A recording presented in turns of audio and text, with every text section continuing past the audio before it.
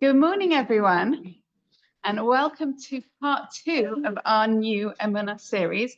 The camera's on me, not on you, so you can all be at ease. Wow. The feedback that I've got from both people who are here in the room and people who listen to the class afterwards has been really blown me away. And to see people who've brought their friends this week as well, or family members, or people who couldn't be here last week but wanted to be with us this week, it really, really does mean so much. I'm going to start, as I said to you, I was listening a little bit to Rabbi Ephraim Goldberg's class that he gave in Boca Raton, Florida. Sorry, the sunshine's not here this week. Last week it did feel a little bit like we could have been in Florida, almost. But I'm going to start as he does, which is by sharing some of the amazing letters and stories that people have shared with me about Emunah, because I think that's how we're going to grow. All of us need to start looking out, pointing out, and thinking more about the stories of faith that are all around us. And I'm going to tie in, I think I'm actually going to start with the first one, which is connected into actually the sponsorship for this week. And I didn't have a chance to check. I hope it's okay. I'm going to anonymize-ish what I'm saying, but I'm going to share a little bit. I hope this is okay. I so enjoyed listening to your talk on YouTube, and hopefully we'll be there next week. So please add me to the WhatsApp group. Anyone who's not on the WhatsApp group, please make sure at the end that I add you to the WhatsApp group. I think everyone's faith has been put to the test during the past year and a half, as it did during the Holocaust. My father instilled in me to say my prayers on waking and on going to bed. I must admit I let those slip over the year, but the Shema is always with me. I can't board a plane without reciting it and wearing my necklace with the words of the first line. On reading one day in October and watching the documentary, so many of those desperately trying to get away were reciting it too. As you said, so many of them were secular Jews, like the ones who wanted to learn the brachot. I think people need answers, explanations, etc. I'm going to skip a little bit now. So those are my thoughts on faith. Also, if I sponsor one of these talks, so anyone who wants to sponsor, we said anyone who wants to sponsor the learning in the merit of someone, for a yard site, for someone to have a refuah shalema for recovery, or just because it's something that they would like to do, please do speak to the office about it. Yesterday, I was teaching the girl I told you about at the airport, who is amazing and learning so quickly. Yesterday, she was a bit distracted and sad. Then after the lesson, I had an email from her mum to say that her father had been diagnosed with cancer of the liver and colon, which is just too sad. But she added in the email to please pray for him, so her faith is still there. I got his name and added it to my list. So I would like to sponsor in his name, Label Ben Chana. So our learning and inspiration today, please God, should be in for a refuah shalema for Label Ben Chana, but also for his daughter to continue to have this incredible faith, even through the challenge that obviously they're going through as a family. Also, the learning last week was sponsored in memory of Hazel Schenk's father. And again, when you look for like signs, it was actually his yahrzeit that day, which I didn't realize, but the learning that we had was for Meir Ben Perez HaKohen. So really inspirational stories if we're looking out for them. I'm going to continue reading some other emails.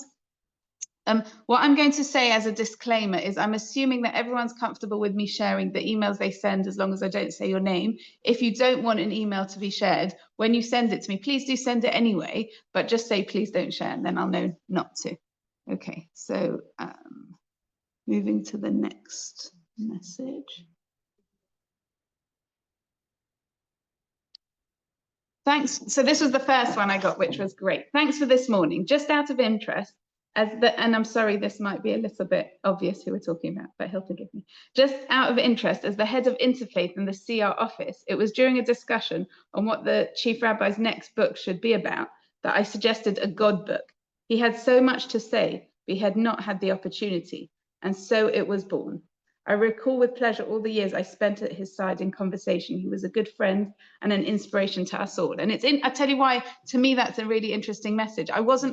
I didn't have like a clear idea of who I was going to quote. And Rabbi Sachs just kind of says things in a way that no one else does. So that was really very powerful to me, that the first message I got back from the course was really connected into Rabbi Sachs. Okay, then our next one. First, thank you for the wonderful talk yesterday, very thought-provoking. And now to share. As I got home and got on with some chores yesterday, I needed to sort out a few bits out in a bag from my late mother's house. I came across a piece of paper in a carrier bag headed Natural Antihistamine Recipe. Obviously, I wanted to keep it. Last night, checking in with my sister in America, she shows me she has come up in an allergy rash. Here we go. I have what is needed, a recipe for allergies. Thanks to Hashem, and hope it helps.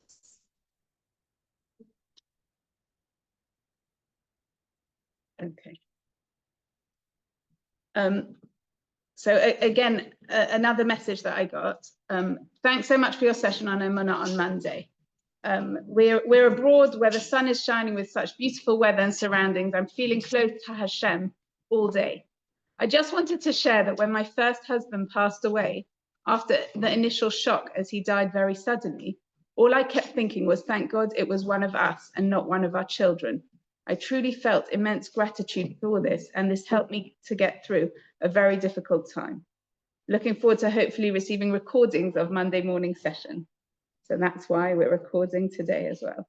And then this was a message someone got just before Shabbat, that I'm trying to collect the different memes collected and different Shabbat messages and things connected to faith. And I think it's just going to crash my phone because there's so many coming in, as we spoke about last time. Faith is a blessing. It's the ability to believe during the darkest times of our life that the light will shine once again. Shabbat Shalom. So I thought that was beautiful as well. And then finally, someone who was listening to the recording gave me some feedback on it and said, so I'm listening to your Emunah shir in the car, and you recommended Rebbetzen Goldberg. I just went on his website, and this was in the middle of an article somewhere in the website. It was talking about using technology, and happened to be, this website is full of thousands of articles and thousands of classes and thousands of recordings. Rabbi Ephraim Goldberg is a really prolific speaker. So happened to be the one thing that she clicked on was exactly what they'd been in the middle of discussing, to do with using technology and smartphones, etc. Exactly the conversation that we had just been having 2 hours ago. So she was blown away by that. So amazing to hear people's stories, and please do keep sending them in, and thank you for them. But I want to share with you something that happened right after our class last week. So someone who was here with us shared with me that her husband had to go in for an operation, and in the end, very last minute, it was booked in for Monday morning. So, okay, Monday morning, you're going to go for the operation. She'd been intending to come to the class, but what do? You have to go together. So she took her husband into at 7 o'clock in the morning, they needed to start blood tests, and the nurses need to check everything out, etc. At 9:10, they rolled him into the operation, and they said, we don't need you for the next 2 hours. So she popped off to Shul, came to our class, and when the class finished, she got back, and he wasn't yet out of the operation. So the timings, this was something she wanted to do. She wanted to be able to come to the class. To me, that blew my mind away. When you want to do something and you want to see God's hand clearly in your life, that's something that you can do. It's unbelievable, really, really special. And then I was thinking, what's my story of faith this week? Because it's very easy to kind of look at everyone else's stories of inspiration and stories of faith and think, where am I going to see God's hand? And obviously, anyone who knows me well, I'm a very lastminute.com kind of person. This morning, as I was walking to Shul, I literally left our house, and I guess I was in this more observing the world around me kind of state, more mindfulness kind of state. And I started to look around me, and I was thinking, we've been talking so much about how amazing the sunshine has been. Yesterday we were at a wedding in Maidenhead. Yeah, the weather, we were at this amazing house, it's this estate, and you just look out and the sun, and it was amazing. And sometimes it's so easy to say, wow, look, God's given us sunshine. And this morning I was thinking to myself, I'm like, what am I grateful for today? And as I left the house, I could smell it. I could smell rain. Do you know when it wasn't raining, but I could smell, and then halfway across the road, I could feel a drop, but I could just smell that smell of rain. I was like, you know what, that's also a gift. It's so easy to look at the sunshine, and I was in such a good mood the last week. because the sun was shining. It just felt like God's rays of warmth were warming my soul. But today he decided the sun wasn't going to shine brightly and there was going to be a bit of rain. And I stopped and I watched and I paid attention to it. And rain has a really interesting smell. And the feeling of rain. Now, I'm not saying that when you've got to get to the shops and it's pouring with rain and you're going to get soaked, there's something that's really horrible about that. Of course, no one likes being stuck in, when you're running around and need to do things, being stuck in the rain. But wow, God gave us rain. How interesting is rain? So I think for me, where I'm really trying to go with this journey, and a lot of it is about mindfulness and being conscious, just about the world around us, being conscious about God being part of our lives. So that's really where I kind of wanted to start from today.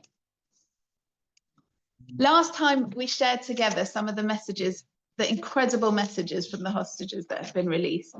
And as I shared quite vulnerably with you, I'm really finding this time in my life, in all of our lives, hard to hold on to that faith. And that's why we're working that muscle and we're trying to improve. All of us are trying to improve to, like I said last time, you wouldn't be here if this wasn't something that we all cared passionately about. We want to try and figure out our faith more. And,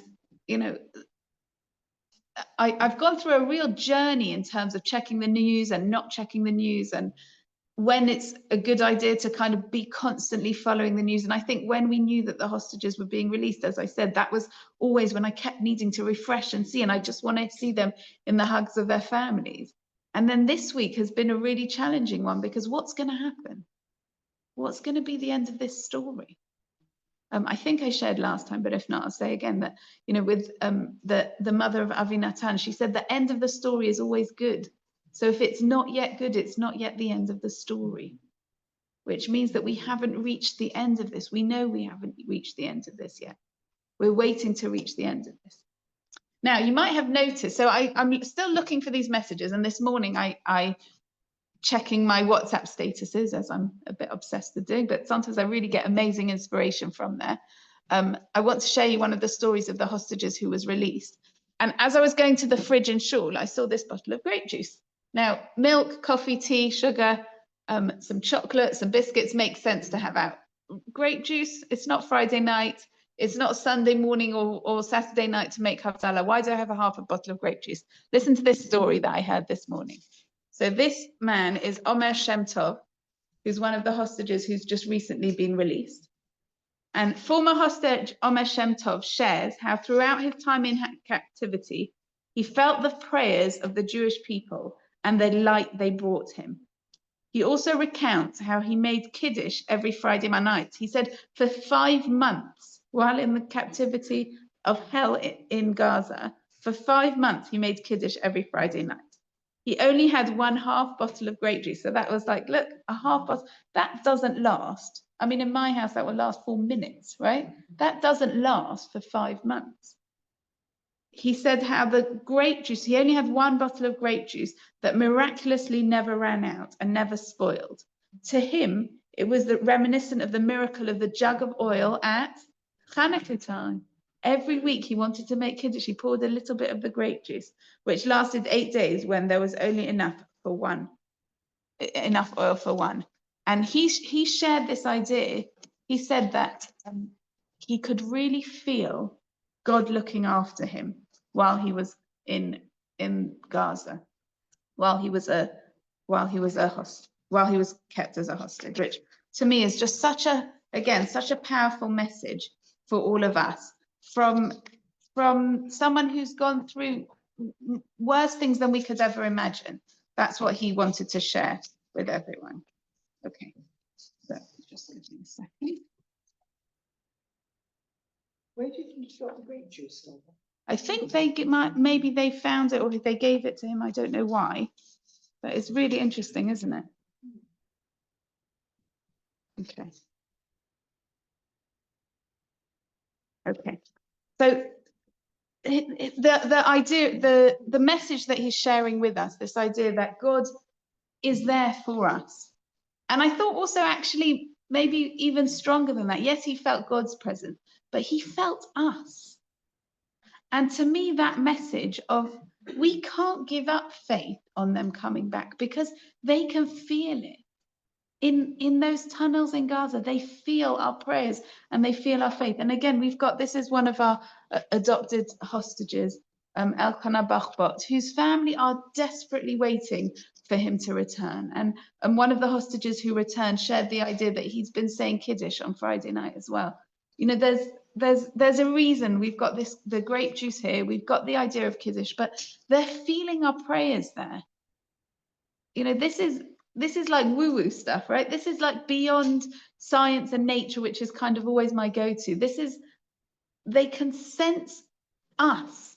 So when we talk about holding on to our faith, and yes, of course, we're wearing our yellow ribbons, even though I keep losing mine, but we are wearing our yellow ribbons and we're wearing yellow and we're waving our flags and we're feeling so strong. But actually what they're feeling is our faith. And if we can hold on to that idea that we're not giving up on them, then they can hold on to that idea as well. So I've got a question for everyone for today. If you were thinking about the idea of God's presence in this world, and we're thinking of the idea of miracles versus nature, right? What is more surprising, a miracle or nature? What would you say? A miracle, right? Miracle's more surprising.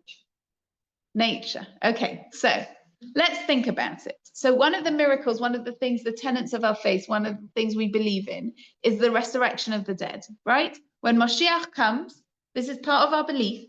When Mashiach comes, all our loved ones, all the Jewish people, all the people connected to us who have passed away will come back to life, right?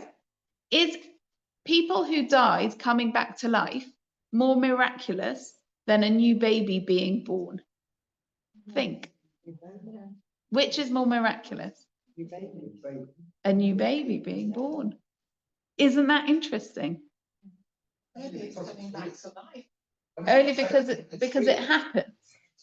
But if you're talking about resurrection of the dead, it's not real, it's an ideal. It's an idea we haven't. Well, interestingly, maybe we could think about the idea of not resurrection of the dead per se, but there are people that have died and come back to life in terms of being brought back to life with you know, paddles and things like that, right? So the idea of someone coming back to life, okay, it's someone who's living, then they're not living, and then they come back to life. So just because there's a big gap that could be, I don't know, 1,000 years till they come back to life, I'm not sure if the idea of a baby being born is less miraculous, or is maybe that is more miraculous. The amount of things that need to happen for a baby to be born, a healthy baby to be born, is beyond anything we could imagine. Bettina.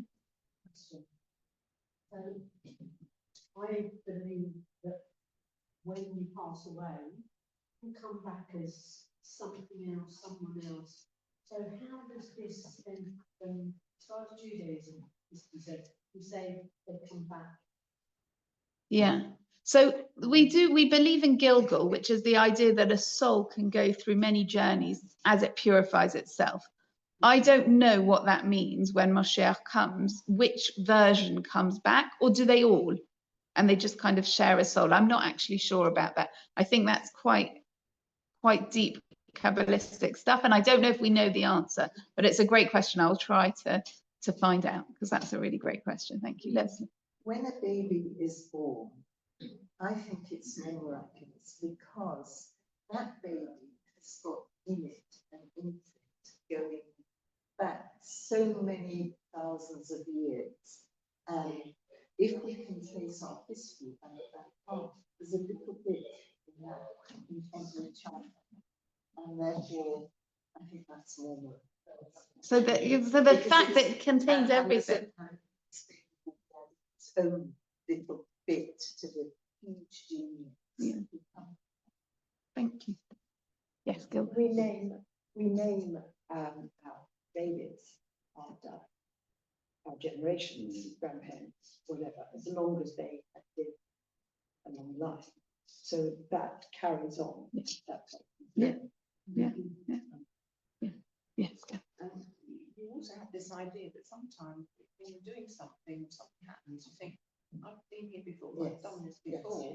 And it's quite scary because there was absolutely no way that you would have been to this place or whatever. So that can also be part of it.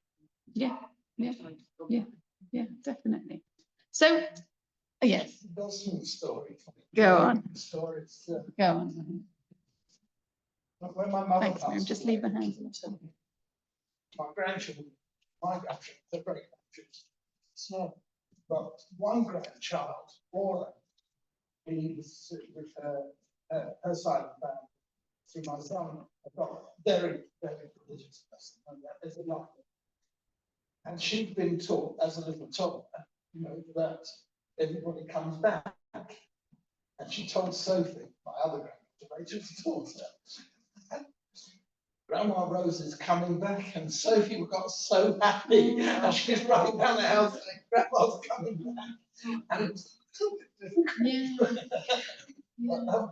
But that's lovely. Do you know what I love about that story? I think that there's a certain innocence in children that I wish we all had. Like, wouldn't it be so much easier if we all genuinely deep down believed that the person we love is coming back? It just makes grief so much easier. But we're so cynical because we're grown-ups. And like I love that story. But yeah, obviously we need to be kind of careful. And we, this has been going on for generations. Yeah. Is it not possible that we all have the soul of someone from, when you pass away? It is, it's not reincarnation or anything like that, but we do have, because we don't know what happens, so maybe it just goes to a baby or another one, or 100 years, or tomorrow, or whatever. Yeah, so especially because we're now getting to the end of history, which we know, like, we year 5, 7, 8. Anyone remember 5? Maybe 4, 5. Can't remember. I have to edit that part out of the video. So we believe that this idea, whether it's actual fact or conceptual, of 6,000 years of history, like the 6 days of creation, and we're definitely getting to the end of that, which means that that generally we do believe that most of our souls are going through their final kind of cleansing towards the end of time. So most of us have been here before, which is why, when we say these ideas of you've got this sense of like, I've been here, or I've done this, or I visited this place, or even sometimes people will say that they've got like a real strong, deep connection with the Holocaust, even though they don't have any family links to it. And sometimes that is to do with also maybe your soul was one of those that was killed at the Holocaust. We don't know, but there's some really interesting ideas about it. And if people want, there's Sari Yocheved Rigler wrote a book. I think it's called something like We Were Here Before, or something along those lines, but that talks a lot about this idea of souls and it's stories of people who really feel that they've been here before. But that's a little bit off the topic that I wanted to talk about. The reason I gave that as an example is because I really want to think about the difference between a miracle and nature. And I gave the example of the sun shining and rain because it sometimes feel in England, sun shining in March was a bit of a miracle, like a gift that we, like, people all talk about the snow that they remember from 1960, whatever. And, this idea of the difference between what we expect and what we don't expect. Can you just take the hands off? Oh, so why is it still? Never mind. Okay, I'll try and ignore it. So one of the ways we can define the difference between nature and miracles is this idea that nature is just something that happens all the time, and therefore we can explain it because it happens all the time. Whereas a miracle is something that doesn't happen all the time, and therefore we can't explain, right? So really, nature is just God's way of the normal running of the world. So the fact that when you drop something, it falls, that no one thinks that that's a miracle, because that's the way God designed the world to happen, right? You drop something, it falls. A baby's born, that's just what happens. Whereas something that's miraculous, you don't expect it to happen, and it doesn't happen all the time. So that's how we kind of define the difference. But it doesn't really mean just because something happens the whole time. So just because in this country it's normally miserable and rainy, doesn't mean that that's any less miraculous than the fact that we had a week of sunshine in the middle of March or the beginning of March, right? The idea of what we can see in the world and seeing God's presence in the world is something that we're just used to, and therefore we don't view it as a miracle. So this morning, actually, when I was walking, I was thinking about this idea of it's called Ness is a miracle and Teva is natural. So interestingly, in Israel, the pharmaceutical company is called Teva, which is nature. Now, when you take a tablet and it heals you, is that nature or is that a miracle? Now, if you genuinely think that because you've taken a certain medication, that is what makes you better, that's really interesting, because I studied pharmacology in university for a little bit. And the bit that I found so frustrating about it was they have no idea why different drugs work most of the time. What you do is you chuck something at a symptom, and if it works, then keep chucking that thing at that symptom. So as an example, I think one of the drugs that was originally discovered for epilepsy was also found to help with mood, with mental health, with depression and things like that. So because when they were chucking this thing at someone with epilepsy, they thought, let's try chuck the same thing at someone who's got depression, and oh, look, it works. Therefore, that must be the cure for that. Now, obviously, I'm not saying, therefore, you know, let's not take antibiotics and let's not take medication. Like, we are so blessed that Hashem put things in the world that can help us feel better. But to be able to say that we understand exactly how this thing cures that thing is so far from scientific truth, it's bizarre. Placebos. Yes. We all know, or I assume everybody knows, that if you're given something which isn't actually a drug, but is, as you know, is benign, but you're told this will help, it very often will help. Now, what's that? I think that's more of a miracle than the tablets that work. Right. But maybe nature and miracle are the same thing. That's what I'm trying to say. In both cases, God has decided to use that tool to help you. So of course, 100% we should use what is available to help us in life, right? It would be silly not to. But to realize that it's not the tablet that's making us better, it's God that's working through the tablet that's making us better. Bettina. I will quite soon. No, please. So we were sitting here in our March, 5 years ago, COVID hit, we all in lockdown. Was that not a miracle for weather, the sunshine, darkness? Yes. Yes, do you remember that in COVID, how we never had a spring and summer like that ever? Like, it just didn't happen. And we could be in the garden and we could go for those walks, and never again, right? We've never seen it since then. But you're right, what an amazing, yes, God gave us this terrible, you know, pandemic that took so many lives and affected so many of us in so many ways. But at the same time as giving us that, he also gave us a bit of the remedy almost, that yes, we could be outside and we could enjoy the sun. Yeah. Just very quickly, I'm very involved in Holocaust education, as you know, to non-Jewish children. And I've met loads of Holocaust survivors, and everyone will go all their stories and everything. But the children will say, how did you survive? And every one of them says, luck. There's your miracle. Yeah, yeah. It doesn't make sense, right? Doesn't make sense. And actually, one of the things I started to share last time, but I wanted to tell you a little bit more about. And again, this was from Rabbi Goldberg. He spoke about, there's something, I think it's called the Survivors Club. It's a book. Sorry, just give me a second. I just want to check that. Quoting it right. Yeah, the Survivors Club. And it just looks at people who've survived all different things, not specifically Holocaust survivors, but different people who survived so many different things. And this is, I think the author's Jewish, but not a religious person. And he was trying to work out what is it that made people survive, looking at all different scenarios and all different cases. And one of the underlying things that he found was a resilience that was connected to faith. So interestingly enough, you know, we always say there's no such thing as an atheist in a foxhole. that doesn't mean that every Holocaust survivor came out and you know, became religious or believed in God. A lot of people turned away from their faith. But underlying that kind of need to survive, and when we are put in a situation, it's unbelievable how faith does speak out. Now, I'm sure people can think about people who lost their faith. I know plenty of people who've lost their faith through the challenges in life. But it's an interesting idea that deep down, if we want to plug into it, we have that to be able to connect to. Okay, so I wanted to share with you an idea from, sorry, just trying to get my notes in order a little bit. Sorry, so going back to this idea of nature and miracles.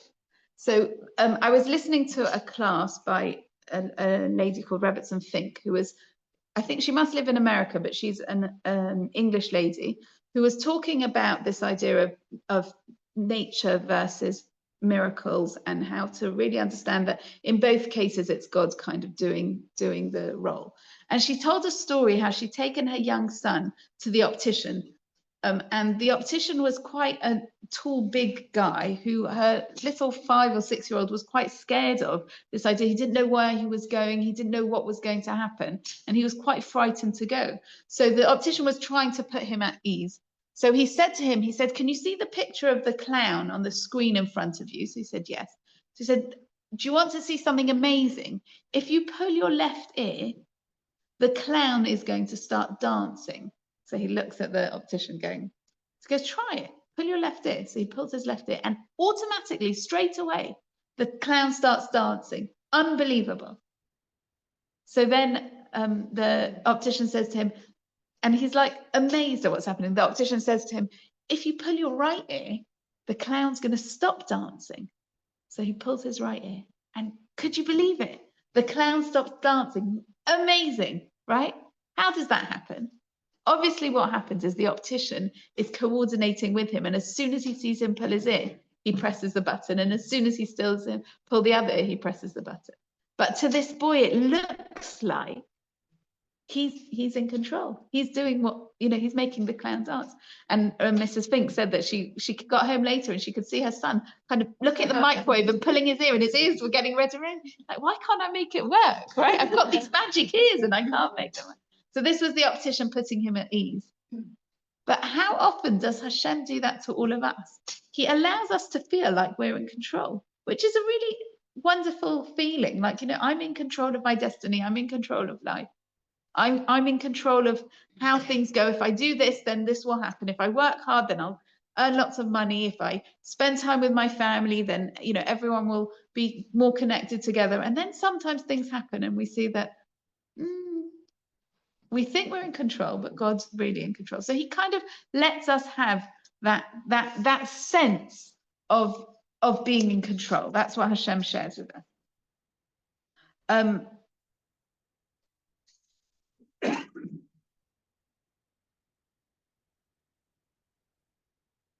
So really what Hashem's doing is Hashem is really playing a game of hide and seek with us.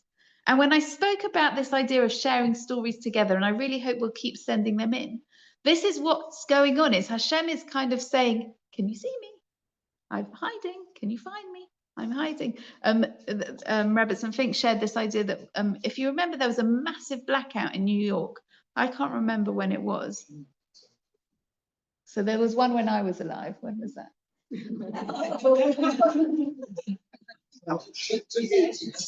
2010. I knew you'd remember. So I mean the 2010 one, not the 1970s one. And she described how she was in the mountains, right? You know, in America, often they go up to the mountains. It's so hot in the summer. So she was in the mountains and she opened the fridge and the light wasn't on. And then the lights were off in the house as well. And then she opened something else in it. And suddenly she realized the power in my house is gone. So she went outside and she saw her neighbor and she goes, "Yeah, the power in my..." And then they spoke to what next one and next one. And then they said, "The power is gone. Our power's gone." And a few hours later, obviously everything or I think it was actually a day or two, but the power all came back on and everything was okay. But everywhere, like the black, you couldn't see anything because it was so, there was no power anywhere at all. And she said, isn't that an interesting language that we use? Our power's gone. Hashem's saying to us, for a second, just realize your power's gone for a second. Where is that power? Actually, we think we're in control. We're pulling our ears, right? This week, remember, you're pulling your ears, but who's really running the show? And if I'm running the show, I've got some talents. I'm pretty capable, but there's a limit in what can happen, right? If Hashem's running the show, anything's possible. If I'm running the show, I've got no control whether our hostages can come home, and I can give up. If Hashem's running the show, and even more, I can remember Omer's message that they can feel that we're praying for them. I'm going to do my part, which is to pray harder and harder and to believe harder and harder. But I can't make a miracle like that happen. But Hashem can. Look, he's done it already. He can do it for the rest of them. So yes, I'm stuck in the world that God's created for me, which is the world of nature. Can miracles happen? Yes, they can. Do they happen? Not so often, because actually we no longer live in the time of miracles. But actually the message for us is still something that nature is a miracle and God can do both. So you never know, never give up, because there's always potential. As long as there's life, there's still potential. And this fits in so beautifully with the Yom Tov that we're going into now. So this week we're going to be celebrating Purim together. And Purim's a really interesting one because Purim happened much later in our history. And as we know, if you look through the whole book of Esther, the whole Megillat Esther, you won't once see God's name. In fact, there was a debate going on. Is this even part of our Tanakh? Is it even part of our holy canon? Is the book of Esther even meant to be part of our holy books, part of our Bible? Because it just looks like a story. Where is God in the whole of the book of Esther? I think for me, one of the most powerful things that I heard this year is that the story of Esther took place over 9 years. So if you think about what we're going through right now, and I know that 17 months feels like eternity, but that happened over 9 years. A lot happens over 9 years. A lot can change over 9 years. You know, Bettina, you mentioned Corona. It's 5 years since COVID started, right? That's what it just started 5 years ago. 5 years is a really long time. 9 years. So if you think of the beginning of the book of Esther, and when Haman said that he's going to destroy all our people, and Haman comes from Amalek, which we read about on Shabbat, this nation that their very essence is just to destroy us. So we can kind of sit there and freeze and think, Hamas wants to destroy us. Iran wants to destroy us. Hezbollah wants to destroy us. There are so many countries out there and nations out there and terrorist organizations that their only thing they want to do is to destroy us. And they often get quite close, right? They often, but if you think about October the 7th and how many of us were killed, it's so painful. But yet, what's our job on Purim? Our job is to read Megillat Esther. Now, if you actually translate the words, Megillah, legaleh means to reveal, and Esther comes from the word Hester, which means hidden. Our job on Purim is literally what we're talking about. It's to find God. It's to find God in the Purim story. And then obviously that means to find God in our lives.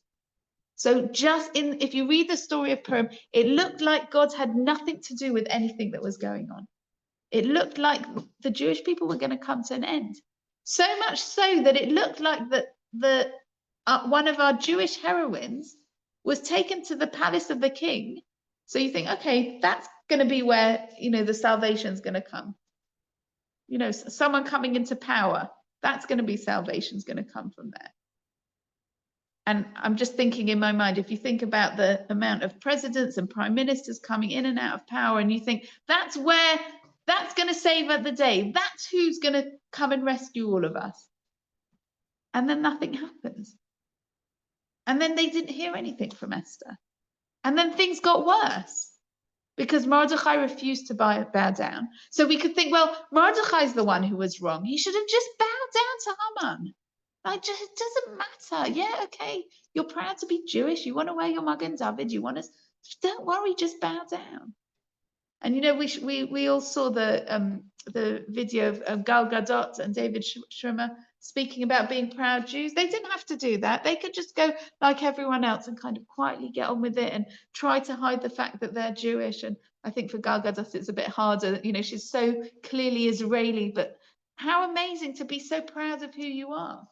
And to stand up, they could have, Mordechai, 1 second, Mordechai could have so easily just said, I'll just quietly kind of bide my time. I'll stay out of Haman's way. Okay, I won't bow down to him. I'll just stay to the side.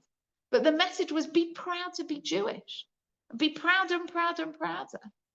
The more that Hamas, whoever else wants to destroy us, the prouder we need to be of being Jewish. That's what Mordechai is showing us. And yes, God wasn't clearly there. But we have to find him because he is always there. I was just thinking modern day equivalent now, you've got Zelensky refusing to bow down to Trump. Isn't I that mean, interesting? telling him, you know, just go with it, just go with it, let him have what he wants, you know, and you'll actually, you know, bow down to him because he's the one with the power. It's exactly the same thing. Yeah. You know, quite like I was to him, Yeah. sticking up for himself, whether he win or not, who knows. You know, and I think Trump's a really interesting one because, you know, you saw the hostages go to meet him and they said correctly that they believe that he was sent by God. And we do believe that. Like, we believe that every person in power is put there by Hashem, because the opposite means that God's not running the world. So we always believe that. But we believe that for the good people and the evil people as well. Trump believes he placed there by God. Trump. And maybe, if you look at the world around us, and I'm not a good politic, like I'm not the person to talk about any of the politics or anything like that. But if you look at the world around us, maybe God's turning the power off. As in, maybe God's showing us that we've got lunatics running the world right now, so that we can say, hey, 1 second, who really runs the world? Maybe that message is stronger now than it's ever been. So why did it happen? Why did Hashem? I don't know. Why did it happen? We don't know. Obviously, you can't answer. We don't know. And we're not at the end of the story. Why did Hashem let this happen? Why did these things happen? We don't know. To strengthen our faith. Yeah. Maybe not. We don't know why things happen. That's the point, is we don't know why God does things. But what we're trying to do is we're trying to recognize that it is God that does them. So I'm just going to end with a message that I read, or that I heard actually from, there was a book by a sage called the Beis Halevi. I think it was written over 100 years ago. And it's specifically talking about faith. And somehow the manuscript or the book got lost somewhere, and it kind of was hidden. And it wasn't until the 1980s that they found it in a loft somewhere in New York. And just recently, actually during Corona, this book was translated into English. And the rabbi who was involved with translating the book, I was listening to a clip of him talking about it. And he said, it feels like this was sent to us right now. And he's actually talking now, like, you know, in the last few months. Yes, during Corona, we needed it, but now also, this is really what we need to be working on, is faith. Those of you on the WhatsApp group, I shared that I saw 2 new books that have just come out about faith. Everyone is talking and writing about faith. This has to be what we speak about now. This has to be what we're all investing in and working on. And in the book, it talks about this idea that it's a Torah mitzvah to have faith. And it's a sin not to have faith. Now, I can understand to say it's a Torah mitzvah to listen to the shofar. It's a Torah mitzvah to listen to the Megillah. Please do come join us on both Thursday night and Friday morning. There's lots of mitzvahs on Purim, actually. So there's also a mitzvah to have a special meal. So pop into us for breakfast after you've heard the Megillah. There's a mitzvah to give tzedakah, and there's a mitzvah to give a food gift to a friend or a neighbor or someone who you want to show love to. So 4 mitzvahs of Purim. We should really connect to all of them. And all of those mitzvah are also about trying to find that hidden, you know, we said that the Esther is just about trying to find God hidden in the pages. the Mishlach Manot, giving gifts to our friends or neighbors, is about trying to find the love inside of us for other people. The thinking about people, giving charity is for people who remembering to uncover those who are struggling. And the Suda as well is about remembering to find joy in God that keeps saving us again and again from our enemies. So this book of the Beis Halevi is saying that it's a mitzvah to have faith, and it's a mitzvah to trust in God, to turn to God with trust. So that, I think, sounds quite difficult. Not just that it's a mitzvah, you have to trust in God, but you've done something wrong if you don't trust in God. That's really hard. And the rabbi who was explaining this, Rabbi Sutton, gave a brilliant story that I thought was just fabulous, that I wanted to share with you. So he talks about a medical intern. So this guy's in hospital. He's pretty new. He's not really quite sure what he's doing. He's there overnight. The consultants have all gone home and he's in charge. But what's he told? If you're not sure what to do, or if it's beyond your remit, call or be in touch. The next morning, they're going through the notes and they see that this blessed medical intern has done a surgery. What? That's insane, right? I mean, forget losing your license. You're going to be sued. Like, that is so crazy to do that. So what he said is, it's like that with us. When we go through a challenge in life, we're an intern. We don't have the tools, but we need to call the person who does. And who's the person who has the tools to help us through the challenge? Hashem, right? That's our consultant. We're going through a challenge and we don't know where to turn. Take that and bring it to God. And that's why it can be a commandment, because actually that intern, we don't say, well, never mind, you did your best. It's okay, you failed. You know, you botched up someone's appendix and they're in critical condition. Never mind. Well done for trying. We don't say that. We say, how dare you not go to your superior? That's who you're meant to go to. So the same idea is with us. When we're struggling, what we need to do is we need to take those struggles to God. That's what bitachon, being faithful, means. It doesn't mean we always know the answers. It doesn't mean God always is there to give us those answers, but it means we know where to turn because we're struggling. And knowing who to go to, that's one of the main skills you have to do while you're training for something in life. We spoke about this idea of working on our muscles. While we're working on our muscles of Emunah, when we're not sure, that's who we need to turn to God. But that's really hard. If you're hit by a personal tragedy and you believe that it's all part of Hashem's grand plan or whatever, how can you take that to the person who perpetrated, as you said, perpetrated it? How can you do that? Excellent question. So when we go to Hashem and we believe that he's the one who did that painful, terrible thing to us, I think it's like a little child who, you know, even, I know no one smacks anymore. We're not allowed to do that, right? But if a parent's given a child a smack because for me, even with our kids, the only time, they still remember this, the only time my mother ever smacked them was when someone ran into the road. Why? Because that, you need to know that that's not just not listening or being obnoxious. That is literally dangerous for your life. But if a parent gives a child a smack, if they're in the old world when that was allowed to do, but if it's coming from a place of love, the child will come crying to the parent. Isn't that a strange thing to do? You'd think actually what makes the most sense is run as far away as you can. But actually we're allowed to go to Hashem with our crying and with our pain and saying, it's not fair and why did you do this? That's exactly the point. That's exactly the point. And it's a challenge. It's not, I'm not saying it's an easy thing to do, but I think where some people struggle, not everyone, but where some people struggle with faith is because they think you're not allowed to go to Hashem with feelings of anger or complaint or not understanding. We need to have all the answers and go to Hashem saying, you know, I perfectly understand why you did everything in my life and I accept it and it's wonderful and isn't life amazing? Well, no. What part of what we're meant to do is we're meant to go to Hashem and say, I'm in so much pain now. I'm so angry that you did this to me. How could you possibly have done this to me? But I'm still coming to you because I need a hug.